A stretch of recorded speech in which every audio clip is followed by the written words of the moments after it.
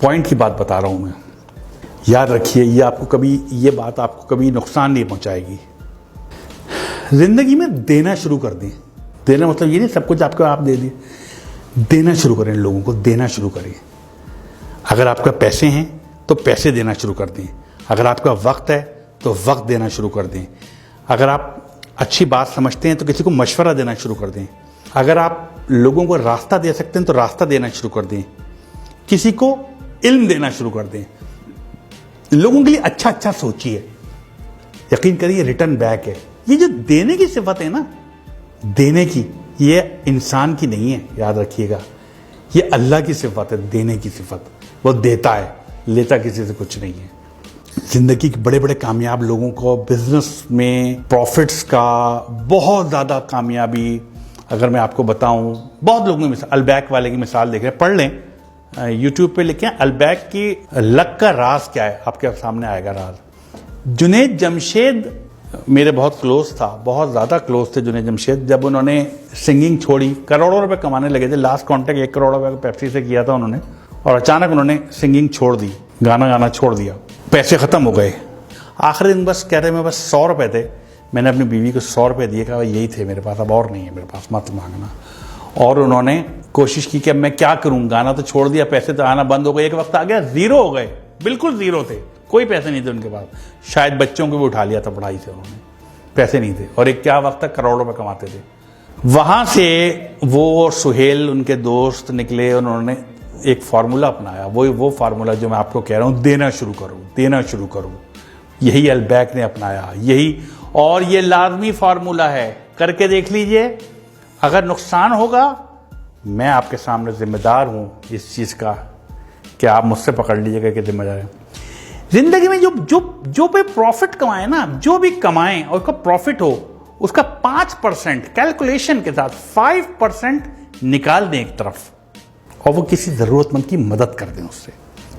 आप देखें वो 5%, 10% बढ़ने में, वो आपकी जो आमदनी है ना, वो बढ़ना शुरू हो जाएगी। आपके जो 5% जो निकाले ना, बढ़ने शुरू हो, क्योंकि 5% है, वो तो 95 तो बच रहा है, वो अब बढ़ने शुरू हो जाएंगे आपके। किसी भी बड़े बिजनेसमैन से पूछ लीजिए जिसने ये किया हो, जिसने ये किया है, उसने बहुत कमाया है। अपनी आमदनी में से कुछ इंसानों के लिए, बने इंसान के लिए निकाल दीजिए जिनको ज़रूरत है आपके पैसों की। याद रखिए, अल्लाह ताला किसी का कर्ज नहीं रखता, कभी किसी का कर्ज नहीं रखता। एक साहब थे, बहुत मशहूर वाक़या है, बहुत गुर्बत में रहते थे, बहुत गुर्बत में, कभी पेट भर के खाना नहीं खाया था। एक दिन वो अपने बिस्तर पे बैठे हुए थे, तो उनके पास एक फरिश्ता आ गया। उन्होंने पूछा आप कौन? कहते हैं मैं रिज़्क़ तकसीम करता हूँ लोगों में। उस दौर की बात है जब बात हो सकती थी। उन्होंने कहा मेरी ज़िंदगी में कितना रिज़्क़ है और कितना रिज़्क़ है? उसने कहा तुम्हारी ज़िंदगी में सिर्फ 10 रोटियाँ हैं बस। अब पूरी ज़िंदगी अब 10 रोटियाँ हैं, तुम्हारा रिज़्क़ इसके बाद नहीं है। उसने कहा क्या आप वो 10 रोटियाँ मुझे दे सकते हैं इकट्ठी? मैंने कभी 10 रोटियाँ इकट्ठी नहीं देखी, मुझे तो कभी 1 रोटी पूरी नहीं मिली। क्या वो 10 रोटियाँ मुझे दे सकते हैं? उसने कहा अगर वो 10 रोटियाँ दे दी तो उसके बाद कुछ नहीं है तुम्हारी ज़िंदगी में, ख़त्म, बस इतना ही रिज़्क़ है।